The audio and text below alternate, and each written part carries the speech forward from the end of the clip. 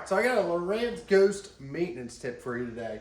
And if you've ever put your trolling motor down and say it doesn't want to lock in, where it feels like this piece right here doesn't want to grab, you have to either push on it or you gotta like jiggle it to really get it down in there, make it snap. That's actually because two bolts came loose. And where they are, I'll bring you over here in a second and show you, is on the bottom here. But right in this, you can see this gap. And that is not normal. That's where you're getting that play in and what's not tight enough to let that thing lock in properly. So I'm gonna bring you in close and I'll show you it all up tight and how you fix this and then get you back on the water and fishing. All right, so right here is more of an up close look at the gap I'm talking about. So see right in here where that connects, there's a bolt that'll be on the bottom here. Let me pull you around. There's actually two of them. So there'll be one right here and then one right up in here. So you're gonna need an Allen wrench.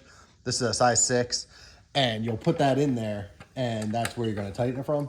So this one, real loose, get it a little bit started. I'll pull you over here so you can see that gap actually start to tighten up as we go.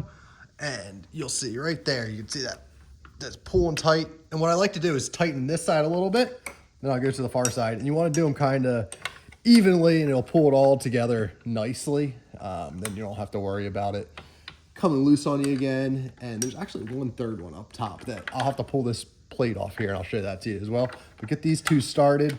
You can also put a little bit of Loctite on these the bolts there if you want to pull them all the way out, and it'll keep them real tight. You won't have to worry about it ever loosening up on you again.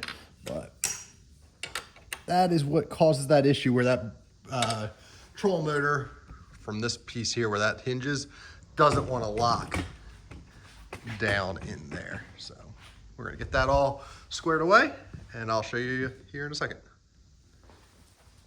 All right, so I'm pulling this one off here. This is that Ashmore Marine Products. This is actually just holds your this piece up. So this just kind of keeps that out of the way, and you want to tighten this one up as well. Get that one nice and snug, and this will also help keep your trolling motor a little bit quieter, and you won't have to deal with any of those creaking sounds it makes as well. So you can see it's got quite a bit. I can go with this one. Get that one all tight. And then when I do that, I'll check those bottom two as well again, just to make sure everything's lined up and in good spot there. But this just happens after making long runs. I've done quite a few in that EQ where I would run it up at Lake Champlain, some rough water. I was making a 50+ mile run one direction at Wheeler. And then same thing with Okeechobee. It's pretty rough the 2 days of the morning run. And I was running it again, probably 30 miles one direction. And it just kind of all loosens up. So once you get them all tight, you'll see when I bring you up tight in there again, there's no gap anymore, which is nice. That's what you want. And I'll put my little piece back in here. And like I said, this is a size 6 Allen wrench, fits right in there.